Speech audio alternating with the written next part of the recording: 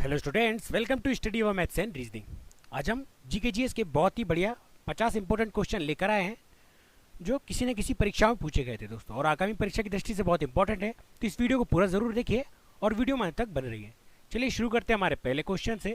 तो दोस्तों हमारा यहाँ पर पहला क्वेश्चन है कि सांबर साल्ट लेक निम्न में से किस राज्य में स्थित है। सांबर साल्ट लेक किस राज्य में स्थित है, ऑप्शन देख लेते हैं। Option A Andhra Pradesh, option B Gujarat, option C Rajasthan या ऑप्शन डी पंजाब। तो इसका करेक्ट आंसर क्या हो जाएगा? इसका करेक्ट आंसर हो जाएगा option C Rajasthan.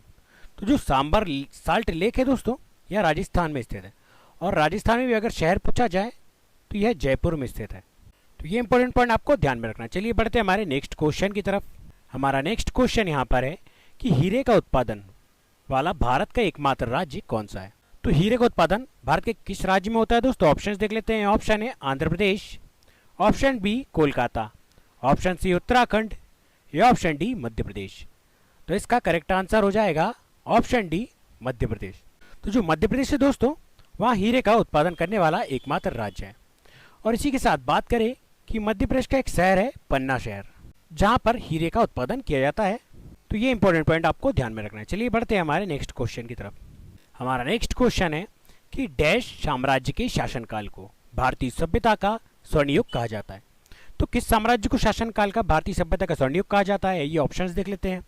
Option A गुप्त, ऑप्शन बी हर्ष, ऑप्शन सी बुद्ध या ऑप्शन डी पोरस। तो इसका करेक्ट आंसर क्या हो जाएगा? इसका करेक्ट आंसर हो जाएगा ऑप्शन ए गुप्त।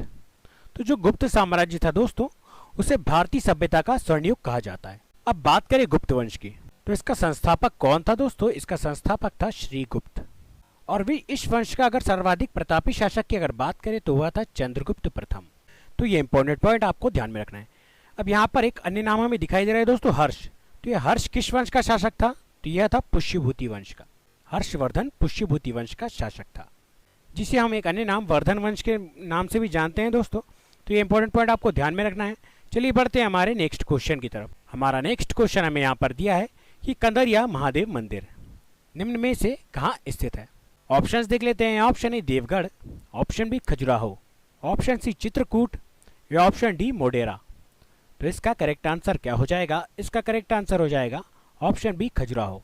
तो जो कंदरिया महादेव मंदिर है दोस्तों यह खजुराहो में स्थित है। और खजुराहो कहाँ स्थित है? तो खजुराहो मध्य प्रदेश में स्थित है। और मध्य प्रदेश में भी अगर इसका जिला पूछा जाए तो यह छतरपुर जिले के अंतर्गत आता है दोस्तों।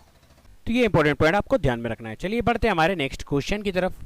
हमारा नेक्स्ट क्वेश्चन हमें यहाँ पर दिया है कि शेनकोटा दर्रा किस राज्य में स्थित है।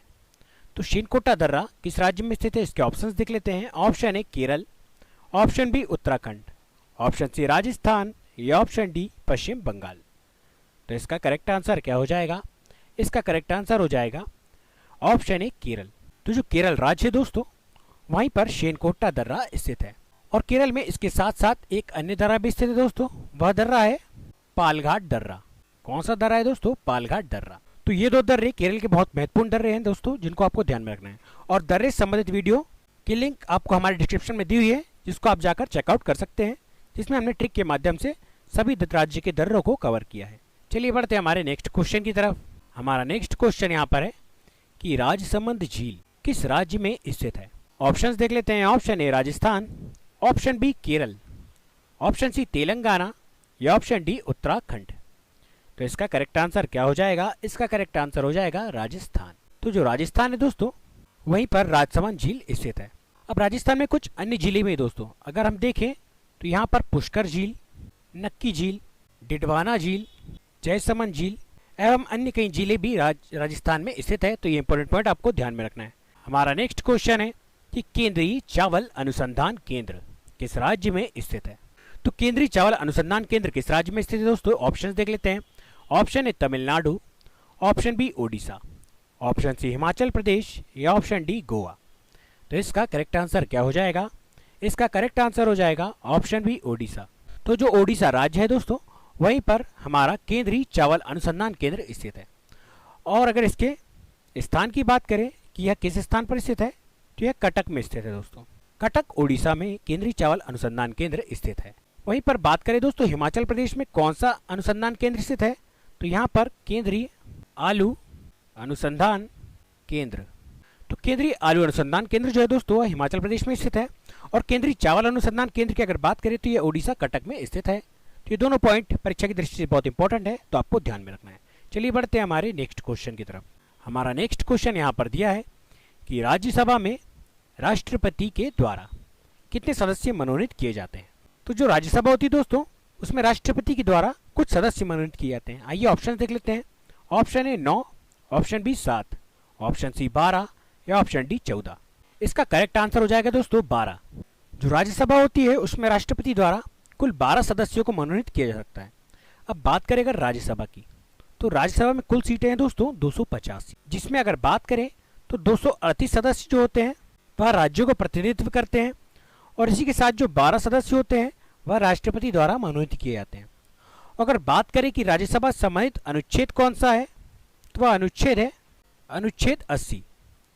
अनुच्छेद 80 के तहत राज्यसभा को रखा गया है, तो ये इंपॉर्टेंट पॉइंट भी आपको ध्यान में रखना है। चलिए बढ़ते हैं हमारे नेक्स्ट क्वेश्चन की तरफ। हमारा नेक्स्ट क्वेश्चन हमें यहाँ पर दिया है कि स्टैच्यू ऑफ प्रॉस्पेरिटी किस राज्य में स्थित है। स्टैच्यू ऑफ प्रॉस्पेरिटी किस राज्य में स्थित है दोस्तों, इसके ऑप्शन देख लेते हैं। Option A Karnataka, option B Himachal Pradesh, option C Arunachal Pradesh या ऑप्शन डी तेलंगाना। तो इसका करेक्ट आंसर क्या हो जाएगा? इसका करेक्ट आंसर हो जाएगा ऑप्शन ए कर्नाटक। तो जो कर्नाटक राज्य है दोस्तों वहीं पर स्टैच्यू ऑफ प्रॉस्पेरिटी स्थित है, और कर्नाटक में भी ये कहाँ पर स्थित है दोस्तों, तो यह कर्नाटक में बेंगलोर में स्थित है।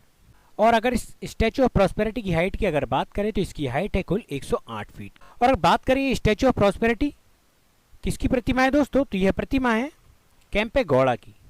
किसकी प्रतिमा है दोस्तों? केम्पे गौड़ा की। चलिए बढ़ते हैं हमारे नेक्स्ट क्वेश्चन की तरफ। हमारा नेक्स्ट क्वेश्चन हमें यहाँ पर दिया है कि गुरु शिखर पर्वत चोटी किस पर्वत श्रृंखला पर स्थित है। ऑप्शंस देख लेते हैं। Option A Vindhya, option B Karakoram, option C Aravalli या ऑप्शन डी सतपुड़ा। तो इसका करेक्ट आंसर क्या हो जाएगा? इसका करेक्ट आंसर हो जाएगा ऑप्शन सी अरावली। तो जो गुरु शिखर पर्वत है दोस्तों वह अरावली पर्वत श्रृंखला की सबसे ऊंची चोटी है, और अगर इस गुरु शिखर पर्वत की अगर हाइट की बात करें तो इसकी हाइट है 1723 मीटर। तो ये हाइट भी आपको ध्यान में रखना है दोस्तों गुरु शिखर पर्वत की। अब बात करें अगर सतपुड़ा पर्वत श्रृंखला की, तो इसकी सबसे ऊंची चोटी है दोस्तों धूपगढ़। तो ये भी आपको ध्यान में रखना है दोस्तों, कई बार सतपुड़ा पर्वत श्रृंखला की सबसे ऊंची चोटी पूछी गई है, तो वह चोटी है धूपगढ़, जिसकी अगर हाइट की बात करें तो इसकी हाइट है 1350 मीटर। तो इसकी हाइट भी आपको ध्यान में रखना है दोस्तों। चलिए बढ़ते हैं हमारे नेक्स्ट क्वेश्चन की तरफ। हमारा नेक्स्ट क्वेश्चन यहाँ पर है कि निम्न में से किस सिख गुरुजी ने खालसा पंथ की नींव रखी थी। तो किस सिख गुरु के द्वारा दोस्तों खालसा पंथ की नींव रखी गई थी? ऑप्शंस देख लेते हैं। ऑप्शन ए गुरु अर्जुन देव, option B Guru Nanak Dev, option C गुरु गोविंद सिंह या ऑप्शन डी गुरु तेग बहादुर। तो इसका करेक्ट आंसर क्या हो जाएगा दोस्तों? इसका करेक्ट आंसर हो जाएगा ऑप्शन सी गुरु गोविंद सिंह। तो गुरु गोविंद सिंह जी जो सिखों के 10वें गुरु थे दोस्तों, उन्हीं के द्वारा खालसा पंथ की नींव रखी गई थी। अब इसी के साथ अगर बात करें गुरु नानक देव की, तो गुरु नानक देव सिखों के पहले गुरु थे दोस्तों। गुरु अर्जुन देव सिखों के 5वें गुरु थे दोस्तों। इसी प्रकार अगर गुरु तेग बहादुर जी की बात करें तो यह सिखों के, तो गुरु तेग बहादुर 9वें नंबर के गुरु थे सिखों के। तो ये भी आपको ध्यान में रखना है। चलिए बढ़ते हैं हमारे नेक्स्ट क्वेश्चन की तरफ। हमारा नेक्स्ट क्वेश्चन हमें यहाँ पर दिया है कि निम्न में से किस राजा ने प्राचीन भारत में मौर्य साम्राज्य की स्थापना की थी। तो हमसे यहाँ पर मौर्य साम्राज्य का संस्थापक पूछा गया है दोस्तों। इसके ऑप्शंस देख लेते हैं। Option A Chandragupta, option B Dashrath, option C Bindusar या ऑप्शन डी अशोक। तो इसका करेक्ट आंसर क्या हो जाएगा? इसका करेक्ट आंसर हो जाएगा ऑप्शन ए चंद्रगुप्त। चंद्रगुप्त मौर्य के द्वारा ही मौर्य साम्राज्य की स्थापना की गई थी, और इस वंश का एक शासक था दोस्तों अशोक, जो इस वंश का सबसे महानतम शासक था। इसी ने ही सांची के बौद्ध स्तूप का निर्माण करवाया था। तो ये इंपॉर्टेंट पॉइंट भी आपको ध्यान में रखना है। चलिए बढ़ते हैं हमारे नेक्स्ट क्वेश्चन की तरफ। हमारा नेक्स्ट क्वेश्चन यहाँ पर है कि होयसलेश्वर मंदिर निम्न में से किस राज्य में स्थित है। तो होयसलेश्वर मंदिर निम्न में से किस राज्य में स्थित है? इसके ऑप्शंस देख लेते हैं। Option A Tamil Nadu, option B Karnataka, option C Paschim Bangal या ऑप्शन डी ओडिशा। तो इसका करेक्ट आंसर यहाँ पर क्या हो जाएगा? इसका करेक्ट आंसर हो जाएगा, तो इसका करेक्ट आंसर क्या हो जाएगा दोस्तों? इसका करेक्ट आंसर हो जाएगा ऑप्शन बी कर्नाटक। तो जो कर्नाटक राज्य है दोस्तों वहीं पर होयसलेश्वर मंदिर स्थित है। और अगर बात करें कि होयसलेश्वर मंदिर किस भगवान को समर्पित है, तो यह मंदिर भगवान शिव को समर्पित है। तो ये पॉइंट भी आपको ध्यान में रखना है। चलिए बढ़ते हैं हमारे नेक्स्ट क्वेश्चन की तरफ। हमारा नेक्स्ट क्वेश्चन हमें यहाँ पर दिया है कि निम्न में से किस भारतीय नृत्य शैली का संबंध राजस्थान से है। तो इसके ऑप्शंस देख लेते हैं दोस्तों कि कौन सा नृत्य राजस्थान से संबंधित है। Option A Bharatanatyam, option B Odissi, option C Ghoomar या ऑप्शन डी चरकुला। तो इसका करेक्ट आंसर क्या हो जाएगा? इसका करेक्ट आंसर हो जाएगा ऑप्शन सी घूमर। तो घूमर जो नृत्य है दोस्तों वह राजस्थान का एक बहुत ही महत्वपूर्ण नृत्य है, जो कि राजस्थान की एक प्रमुख नृत्य शैली है दोस्तों। परंतु यहाँ पर हमें कुछ अन्य नृत्य भी दिए हुए हैं जिनके बारे में हम देख लेते हैं। तो यहाँ पर है दोस्तों ओडिसी। तो यह किस राज्य का नृत्य है? तो यह ओडिशा से संबंधित एक नृत्य है। वहीं पर अगर इस भरतनाट्यम नृत्य की बात करें दोस्तों तो यह तमिलनाडु राज्य का एक प्रसिद्ध नृत्य है। इसी के साथ जो चरकुला नृत्य दोस्तों यह उत्तर प्रदेश का एक इम्पोर्टेंट नृत्य है दोस्तों। तो ये भी आपको ध्यान में रखना है। तो ये रहे जो दोस्तों कुछ प्रमुख नृत्य और उनके प्रमुख राज्य। चलिए बढ़ते हैं हमारे नेक्स्ट क्वेश्चन की तरफ। हमारा नेक्स्ट क्वेश्चन हमें यहाँ पर दिया है कि निम्न में से कौन सा एक इनपुट डिवाइस है। तो इनपुट डिवाइस हमसे पूछा गया है दोस्तों। चलिए यहाँ पर देख लेते हैं options. Option A scanner, option B monitor, option C speaker या ऑप्शन डी प्रोजेक्टर। तो इसका करेक्ट आंसर क्या हो जाएगा दोस्तों? इसका करेक्ट आंसर हो जाएगा ऑप्शन ए स्कैनर। तो जो स्कैनर होता है वह एक इनपुट डिवाइस है दोस्तों, जबकि अगर बात करें मॉनिटर, स्पीकर और प्रोजेक्टर ये सभी आउटपुट डिवाइस है। अब आउटपुट डिवाइस कैसे हैं दोस्तों? क्योंकि हमें कुछ ना कुछ आउटपुट देते हैं। जैसे मॉनिटर हमें चित्र दिखाता है, स्पीकर से हमें साउंड सुनने को मिलता है, प्रोजेक्टर भी हमें चित्र प्रदर्शित करता है दोस्तों। इसलिए सब आउटपुट डिवाइस है, जबकि स्कैनर को हम इनपुट डिवाइस के अंतर्गत रखते हैं। चलिए बढ़ते हैं हमारे नेक्स्ट क्वेश्चन की तरफ। हमारा नेक्स्ट क्वेश्चन यहाँ पर है कि निम्न में से किस राज्य में ब्रह्मरांबा मल्लिकार्जुन मंदिर स्थित है। तो मल्लिकार्जुन मंदिर किस राज्य में स्थित है दोस्तों? ऑप्शंस देख लेते हैं। Option A Tamil Nadu, option B Odisha, option C Maharashtra या ऑप्शन डी आंध्र प्रदेश। तो इसका करेक्ट आंसर हो जाएगा दोस्तों ऑप्शन डी आंध्र प्रदेश। तो जो आंध्र प्रदेश राज्य है वहीं पर श्री ब्रह्मरांबा मल्लिकार्जुन मंदिर स्थित है। और दोस्तों ये जो मल्लिकार्जुन मंदिर है इसे श्रीशैलम के नाम से भी जाना जाता है, जो 12 ज्योतिर्लिंगों में से एक है। तो ये इंपॉर्टेंट पॉइंट भी आपको ध्यान में रखना है। चलिए बढ़ते हैं हमारे नेक्स्ट क्वेश्चन की तरफ। हमारा नेक्स्ट क्वेश्चन यहाँ पर है कि माउंट जोपुनो निम्न में से किस राज्य में स्थित है। तो माउंट जोपुनो किस राज्य में स्थित है दोस्तों? इसके ऑप्शंस देख लेते हैं। Option A Andhra Pradesh, option B Sikkim, option C Himachal Pradesh या ऑप्शन डी उत्तराखंड। तो इसका करेक्ट आंसर क्या हो जाएगा? इसका करेक्ट आंसर हो जाएगा ऑप्शन बी सिक्किम। तो जो सिक्किम राज्य है दोस्तों वहीं पर माउंट जोपुनो स्थित है। इसके साथ बात करें सिक्किम की, तो सिक्किम में एक नेशनल पार्क है दोस्तों। वह कौन सा नेशनल पार्क है? तो वह नेशनल पार्क है कंचनजंगा नेशनल पार्क। ये नेशनल पार्क का नाम भी आपको ध्यान में रखना है दोस्तों, जो कि सिक्किम राज्य का एक इंपॉर्टेंट नेशनल पार्क है। चलिए बढ़ते हैं हमारे नेक्स्ट क्वेश्चन की तरफ। हमारा नेक्स्ट क्वेश्चन हमें यहाँ पर दिया है कि निम्न में से कौन सी खारे पानी की एक झील है। तो इन चारों ऑप्शन में कौन सी खारे पानी की झील है? आइए ऑप्शन देख लेते हैं। Option A Nainital, option B Loktak, option C Kolleru या ऑप्शन डी पेंगोंग त्सो। तो इसका करेक्ट आंसर क्या हो जाएगा? इसका करेक्ट आंसर हो जाएगा ऑप्शन डी पेंगोंग त्सो। तो जो पेंगोंग त्सो झील है दोस्तों ये खारे पानी की एक झील है, जो कि कहाँ पर स्थित है? जो लद्दाख में स्थित है। इसी के साथ बात करें दोस्तों कोलेरू की, तो कोलेरू झील जो है दोस्तों वह आंध्र प्रदेश में स्थित है। वहीं पर अगर बात करें दोस्तों लोकटक झील की, तो लोकटक झील जो है मणिपुर राज्य में स्थित है। और ये जो नैनीताल झील है दोस्तों यह उत्तराखंड राज्य में स्थित है। तो ये इंपॉर्टेंट पॉइंट्स आपको ध्यान में रखना है। चलिए बढ़ते हैं हमारे नेक्स्ट क्वेश्चन की तरफ। इंपॉर्टेंट पॉइंट्स आपको ध्यान में रखना है। चलिए बढ़ते हैं हमारे नेक्स्ट क्वेश्चन की तरफ। हमारा नेक्स्ट क्वेश्चन हमें यहाँ पर दिया है कि निम्न में से किस विटामिन की कमी से घावों से अत्यधिक रक्तस्राव होता है। तो किस विटामिन की कमी से अत्यधिक रक्तस्राव होता है दोस्तों? आइए इसके ऑप्शंस देख लेते हैं।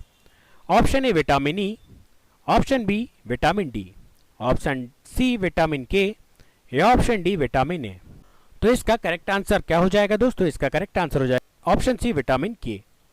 तो विटामिन के है दोस्तों जब शरीर में इसकी कमी हो जाती है तो इसके कारण शरीर से अत्यधिक रक्तस्राव होने लगता है। यदि आपको कहीं चोट लग गई है और आपके शरीर में अगर विटामिन के की कमी है तो वहाँ खून बंद नहीं होता है दोस्तों। तो ये इंपॉर्टेंट पॉइंट आपको ध्यान में रखना है। इसी के साथ बात करें इनके रासायनिक नामों की, तो जो विटामिन ए है इसका रासायनिक नाम है दोस्तों रेटिनॉल। वहीं पर बात करें दोस्तों विटामिन ई की, तो इसका रासायनिक नाम है तो इसे टोकोफेरोल के नाम से जाना जाता है। इसी प्रकार जो विटामिन डी है दोस्तों, इसे कैल्सीफेरोल के नाम से जाना जाता है। तो ये इंपॉर्टेंट पॉइंट भी आपको ध्यान में रखना है। चलिए बढ़ते हैं हमारे नेक्स्ट क्वेश्चन की तरफ। हमारा नेक्स्ट क्वेश्चन यहाँ पर है कि विश्व की सबसे गहरी झील कौन सी है। तो यहाँ पर हमसे पूछा गया दोस्तों कि विश्व की सबसे गहरी झील कौन सी है। आइए ऑप्शंस देख लेते हैं। ऑप्शन ए सुपीरियर झील, ऑप्शन बी तंजानिया झील, ऑप्शन सी बेकाल झील या ऑप्शन डी वोस्तोक झील। तो इसका करेक्ट आंसर क्या हो जाएगा दोस्तों? इसका करेक्ट आंसर हो जाएगा ऑप्शन सी बेकाल झील। तो जो बेकाल झील है दोस्तों, यह विश्व की सबसे गहरी झील है। अब ये तो हो गई दोस्तों विश्व की सबसे गहरी झील।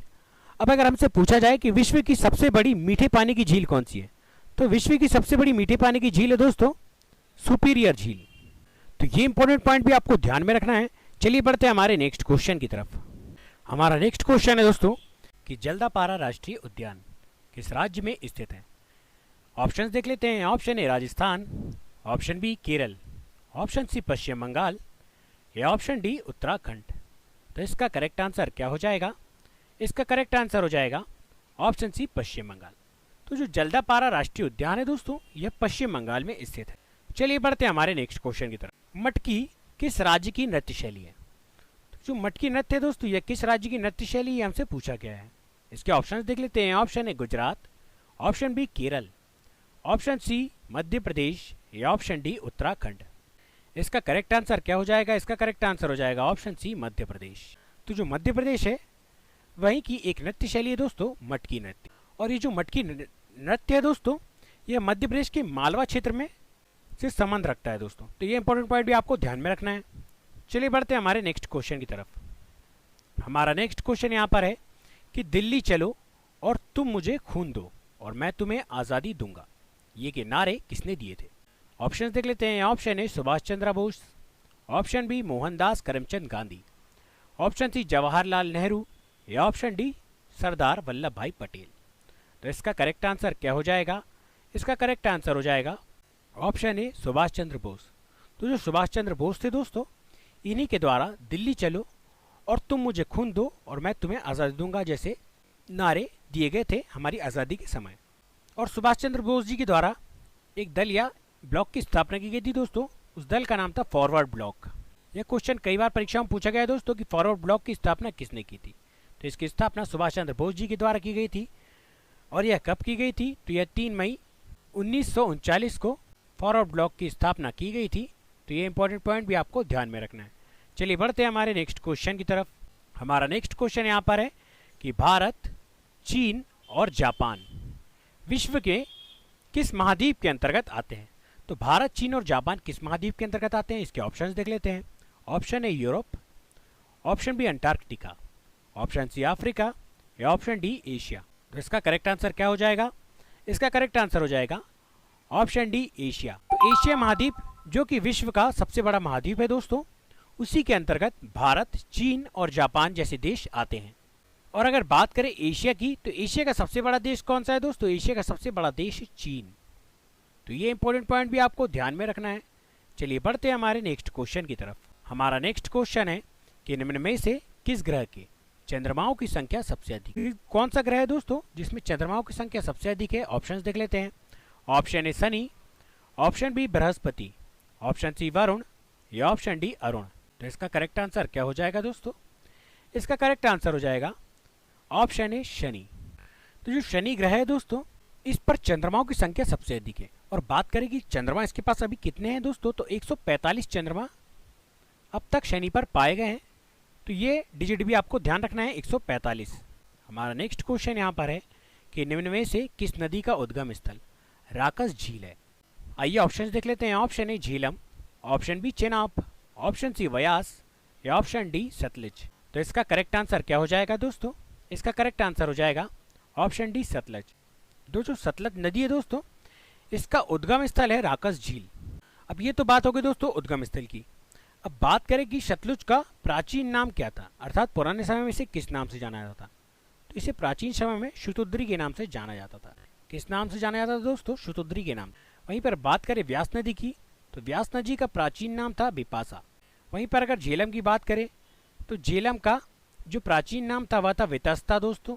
इसी प्रकार चेनाब को अस्किनी के नाम से जाना जाता था। तो ये है दोस्तों इन नदियों के प्राचीन नाम जो परीक्षाओं में पूछे जाते हैं, तो ये आपको ध्यान में रखना है। चलिए बढ़ते हैं हमारे नेक्स्ट क्वेश्चन की तरफ। हमारा नेक्स्ट क्वेश्चन यहाँ पर है कि URL का पूर्ण रूप क्या है। ऑप्शंस देख लेते हैं। Option A uniform language, option B union resource locator, option C uniform resource locator या option D union resource language. तो इसका करेक्ट आंसर क्या हो जाएगा? इसका करेक्ट आंसर हो जाएगा यूनिफॉर्म रिसोर्स लोकेटर। तो ये URL है दोस्तों, उसका फुल फॉर्म होता है यूनिफॉर्म रिसोर्स लोकेटर। तो ये फुल फॉर्म आपको ध्यान में रखना है। चलिए बढ़ते हैं हमारे नेक्स्ट क्वेश्चन की तरफ। हमारा नेक्स्ट क्वेश्चन यहाँ पर है कि भारत के संविधान में किस देश के संविधान से कोई विशेषता नहीं ली गई है। तो इन चारों में से कौन सा देश है दोस्तों जिससे कोई भी विशेषता नहीं ली गई है? आइए ऑप्शंस देखते हैं। ऑप्शन है संयुक्त राज्य America, option B Britain, option C चीन या ऑप्शन डी फ्रांस। तो इसका करेक्ट आंसर क्या हो जाएगा? इसका करेक्ट आंसर हो जाएगा ऑप्शन सी चीन। तो जो चीन का संविधान है दोस्तों, उससे कोई भी विशेषता भारत के संविधान में शामिल नहीं की गई है। जबकि अगर बात करें संयुक्त राज्य अमेरिका की, तो संयुक्त राज्य अमेरिका से, ब्रिटेन से और फ्रांस से हमारे संविधान में कुछ ना कुछ हिस्सा जरूर लिया गया है। चलिए बढ़ते हैं हमारे नेक्स्ट क्वेश्चन की तरफ। हमारा नेक्स्ट क्वेश्चन यहाँ पर है कि वर्ष 1526 में पानीपत के प्रथम युद्ध में बाबर ने किस सुल्तान को पराजित किया था? तो 1526 में बाबर ने किसे पराजित किया था दोस्तों? ऑप्शंस देख लेते हैं। Option A Ibrahim Lodi, option B Sikandar Lodi, option C Bahlol Lodi या ऑप्शन डी महमूद लोदी। तो इसका करेक्ट आंसर क्या हो जाएगा दोस्तों? इसका करेक्ट आंसर हो जाएगा इब्राहिम लोदी। तो 1526 में जो प्रथम पानीपत का युद्ध हुआ था दोस्तों, वह युद्ध हुआ था बाबर और इब्राहिम लोदी के बीच, जिसमें बाबर जीत गया था और इब्राहिम लोदी हार गया था। वहीं पर बात करें दोस्तों कि जो लोदी वंश था, इसका संस्थापक कौन था? तो इसका संस्थापक था बहलोल लोदी, जिसने सन 1451 में लोदी साम्राज्य की स्थापना की थी। चलिए बढ़ते हैं हमारे नेक्स्ट क्वेश्चन की तरफ। हमारा नेक्स्ट क्वेश्चन है कि MS ऑफिस सॉफ्टवेयर में किसी टेक्स्ट को पेज के बीच में लाने के लिए किस शॉर्टकट की का प्रयोग किया जाता है? ऑप्शंस देख लेते हैं। Option A Ctrl+L, option B Ctrl+E, option C Ctrl+R या ऑप्शन डी Ctrl+C। तो इसका करेक्ट आंसर क्या हो जाएगा? इसका करेक्ट आंसर हो जाएगा ऑप्शन बी Ctrl+E।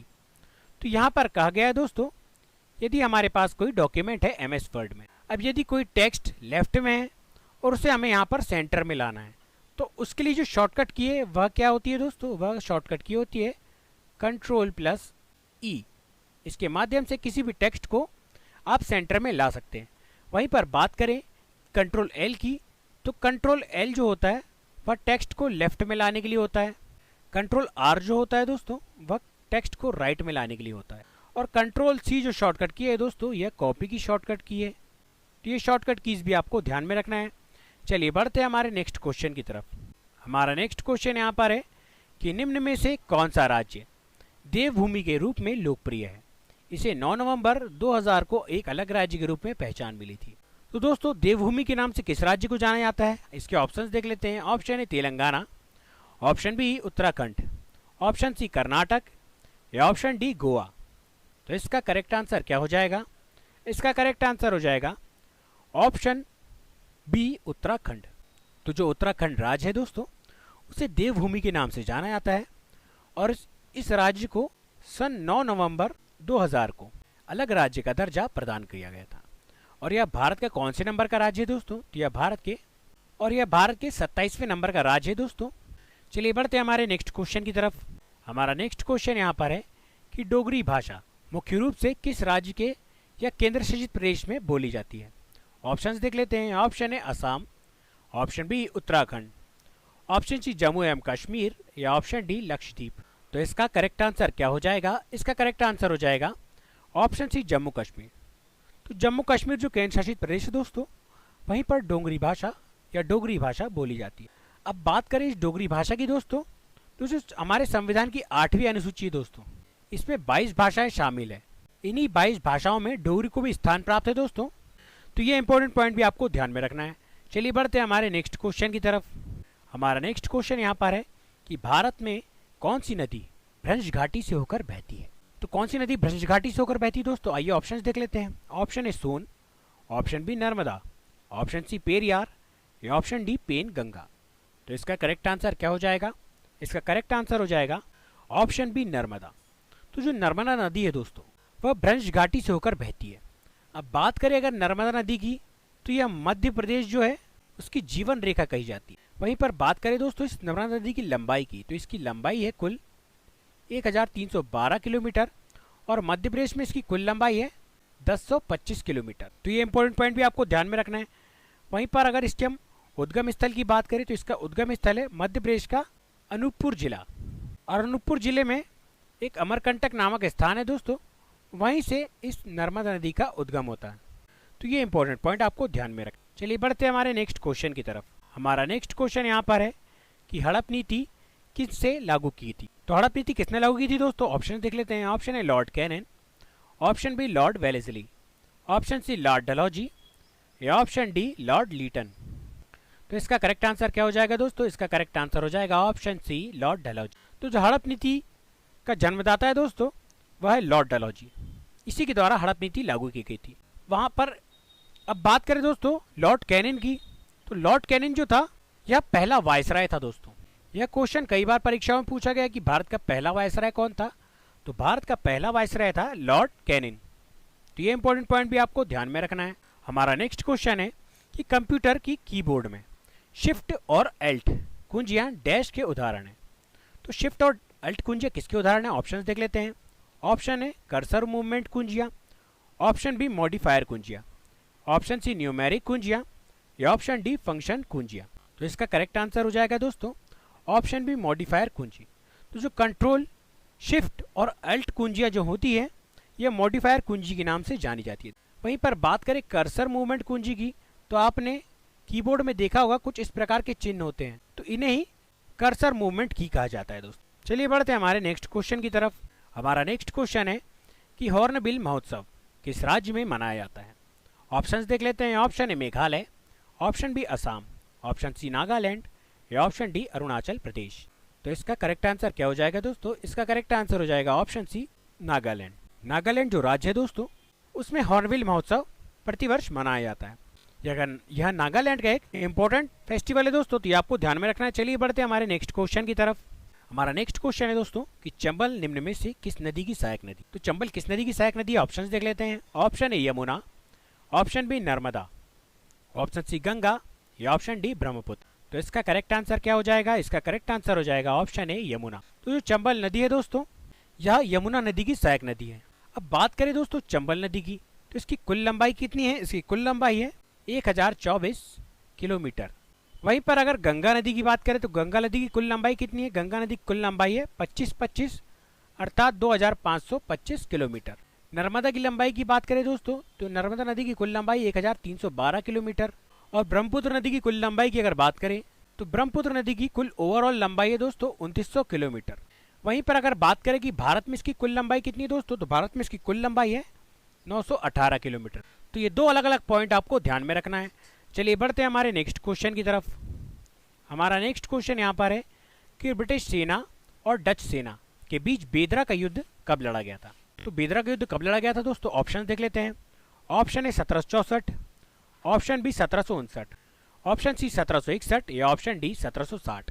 तो इसका करेक्ट आंसर क्या हो जाएगा दोस्तों, इसका करेक्ट आंसर हो जाएगा ऑप्शन बी 1759। तो सन 1759 में दोस्तों ब्रिटिश सेना और डच सेना के मध्य बेदरा का युद्ध हुआ था। अब यहाँ पर कुछ अन्य सन भी हमें दिखाई दे रहे हैं दोस्तों। वहीं पर अगर हम 1760 की बात करें तो इसमें हुआ था दोस्तों वांडीवाश का युद्ध। वांडीवाश का युद्ध कई बार परीक्षाओं में पूछा गया दोस्तों, यह किस सन में हुआ था, सन 1760 में। इसी प्रकार 1764 की बात करें, 1764 में हुआ था बक्सर का युद्ध।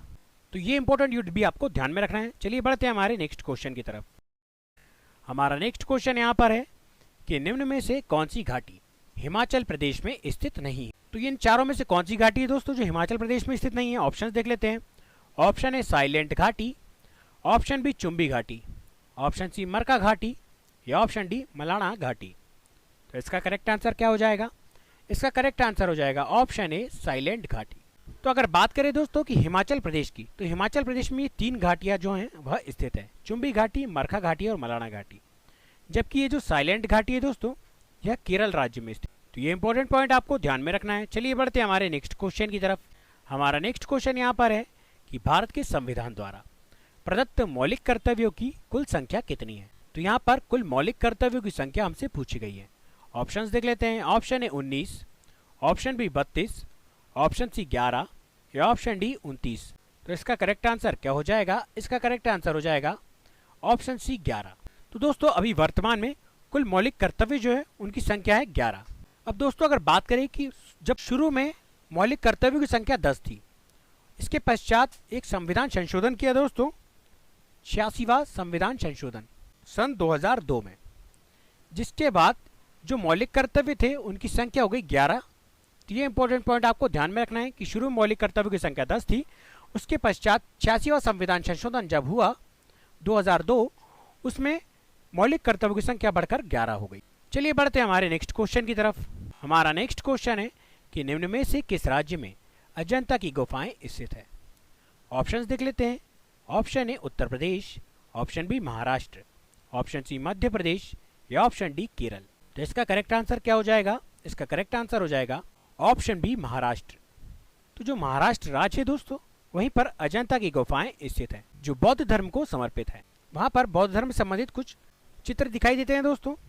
अब बात करें दोस्तों ये महाराष्ट्र में भी किस जगह स्थित है, तो यह महाराष्ट्र का एक जिला है संभाजी नगर, वहीं पर अजंता की गुफाएं स्थित है। इस संभाजी नगर को पहले औरंगाबाद के नाम से जाना जाता था। तो ये इंपॉर्टेंट पॉइंट भी आपको ध्यान में रखना है। चलिए बढ़ते हैं हमारे नेक्स्ट क्वेश्चन की तरफ। हमारा नेक्स्ट क्वेश्चन यहाँ पर है कि दक्षिण की गंगा के नाम से किस नदी को जाना जाता है? ऑप्शंस देख लेते हैं। Option A Godavari, option B Periyar, option C Krishna या ऑप्शन डी कावेरी। तो जो कावेरी नदी है दोस्तों, इसे दक्षिण भारत की गंगा के नाम से जाना जाता है। तो इस प्रकार हमारा ऑप्शन डी जो होगा बिल्कुल करेक्ट हो जाएगा। वहीं पर बात करें गोदावरी नदी की, तो गोदावरी नदी को वृद्ध गंगा के नाम से जाना जाता है। तो ये इंपॉर्टेंट पॉइंट भी आपको ध्यान में रखना है। चलिए बढ़ते हैं हमारे नेक्स्ट क्वेश्चन की तरफ।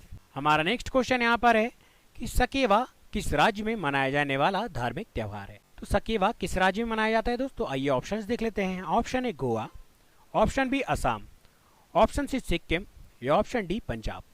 तो इसका करेक्ट आंसर क्या हो जाएगा? इसका करेक्ट आंसर हो जाएगा ऑप्शन सी सिक्किम। तो सिक्किम राज्य में प्रसिद्ध सकेवा त्योहार मनाया जाता है। यह एक प्रसिद्ध धार्मिक त्योहार है दोस्तों। चलिए बढ़ते हैं हमारे नेक्स्ट क्वेश्चन की तरफ।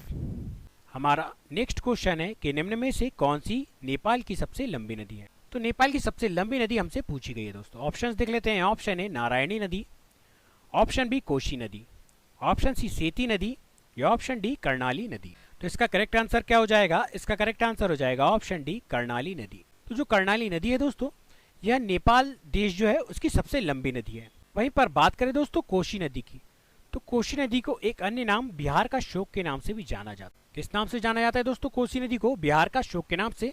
अब इस नाम से इसीलिए जाना जाता है क्योंकि हर साल यह भारी बाढ़ और तबाही मचाती है कोसी नदी बिहार में, इसलिए इंपॉर्टेंट पॉइंट भी आपको ध्यान में रखना है। चलिए बढ़ते हैं हमारे नेक्स्ट क्वेश्चन की तरफ। हमारा नेक्स्ट क्वेश्चन यहाँ पर है कि किस भारतीय राज्य में बार नवापारा वन्य जीव अभयारण्य स्थित है? ऑप्शंस देख लेते हैं। Option A Assam, option B Chhattisgarh, option C Karnataka या ऑप्शन डी सिक्किम। तो इसका करेक्ट आंसर क्या हो जाएगा दोस्तों? इसका करेक्ट आंसर हो जाएगा ऑप्शन बी छत्तीसगढ़। तो जो छत्तीसगढ़ राज्य है दोस्तों, वहीं पर बार नवापारा वन्य जीव अभयारण्य स्थित है।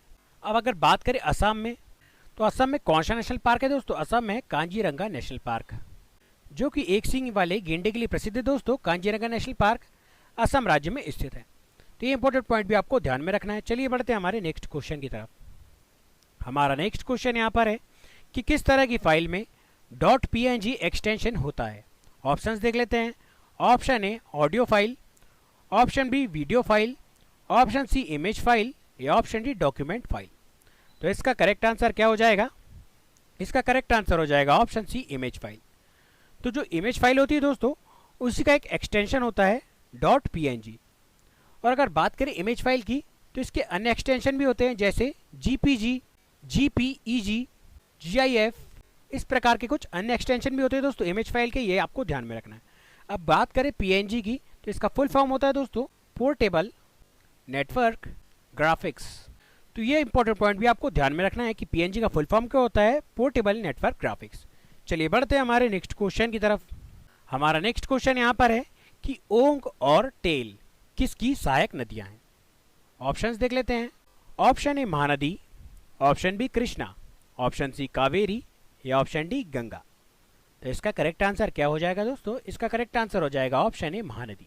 तो जो ओंग और टेल नदियां हैं दोस्तों, यह महानदी की सहायक नदियां हैं। चलिए बढ़ते हैं हमारे नेक्स्ट क्वेश्चन की तरफ। हमारा नेक्स्ट क्वेश्चन यहाँ पर है कि विंग्स ऑफ फायर किसकी आत्मकथा है? तो विंग्स ऑफ फायर किसकी आत्मकथा है दोस्तों? ऑप्शन देख लेते हैं। Option A Sachin Tendulkar, option B APJ Abdul Kalam, option C Mahatma Gandhi या ऑप्शन डी बराक ओबामा। तो इसका करेक्ट आंसर क्या हो जाएगा? इसका करेक्ट आंसर हो जाएगा ऑप्शन बी एपीजे अब्दुल कलाम। एपीजे अब्दुल कलाम जो भारत के राष्ट्रपति रह चुके हैं, उन्हीं की एक आत्मकथा है दोस्तों विंग्स ऑफ फायर। और एपीजे अब्दुल कलाम को एक अन्य नाम मिसाइल मैन के नाम से भी जाना जाता है दोस्तों। तो ये इंपॉर्टेंट पॉइंट भी आपको ध्यान में रखना है। हमारा नेक्स्ट क्वेश्चन है कि राज्यसभा में राष्ट्रपति द्वारा, हमारा नेक्स्ट क्वेश्चन है दोस्तों कि हुंड्रू जलप्रपात किस नदी पर स्थित है? ऑप्शंस देख लेते हैं। ऑप्शन ए स्वर्णरेखा नदी, ऑप्शन बी कृष्णा नदी, ऑप्शन सी गोदावरी नदी या ऑप्शन डी कावेरी नदी। तो इसका करेक्ट आंसर क्या हो जाएगा? इसका करेक्ट आंसर हो जाएगा ऑप्शन ए स्वर्णरेखा नदी। तो जो हुंड्रू जलप्रपात है दोस्तों, यह स्वर्णरेखा नदी पर स्थित है। पढ़ते हैं हमारे नेक्स्ट क्वेश्चन की तरफ।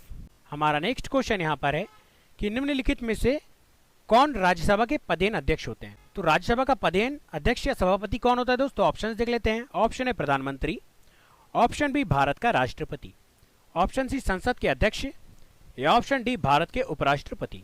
तो इसका करेक्ट आंसर क्या हो जाएगा दोस्तों? इसका करेक्ट आंसर हो जाएगा ऑप्शन डी भारत के उपराष्ट्रपति। तो जो भारत का उपराष्ट्रपति होता है दोस्तों, वही राज्यसभा का पदेन सभापति। तो बात करें अगर भारत के उपराष्ट्रपति की, तो इससे संबंधित अनुच्छेद कौन सा है दोस्तों? भारत के उपराष्ट्रपति संबंधित अनुच्छेद है अनुच्छेद 63। वहीं पर बात करें भारत के राष्ट्रपति की, तो इससे संबंधित अनुच्छेद अनुच्छेद 52। प्रधानमंत्री संबंधित अनुच्छेद है दोस्तों, प्रधानमंत्री संबंधित अनुच्छेद है अनुच्छेद 75। अनुच्छेद 75 के तहत यह कहा गया है दोस्तों कि भारत का एक प्रधानमंत्री होगा। इसी प्रकार अनुच्छेद 52 के तहत कहा गया है कि भारत के एक राष्ट्रपति होगा, और अनुच्छेद 63 के तहत कहा गया है कि भारत के एक उपराष्ट्रपति होगा, जो राष्ट्रपति की अनुपस्थिति में अपने कार्यभार का वहन करेगा। तो दोस्तों आज की वीडियो में बस इतना ही। ये थे आपके लिए कुछ 50 इंपॉर्टेंट प्रश्न। तो मिलते हैं आपसे अगली वीडियो में। अगर आपको ये वीडियो पसंद आया है तो इस वीडियो को लाइक कीजिए, चैनल को सब्सक्राइब कीजिए और अपने दोस्तों के साथ इस वीडियो को शेयर जरूर कीजिए। और आगे भी ऐसे इंपॉर्टेंट वीडियो पाने के लिए हमारे चैनल से जुड़े रहिए। वीडियो देखने के लिए धन्यवाद।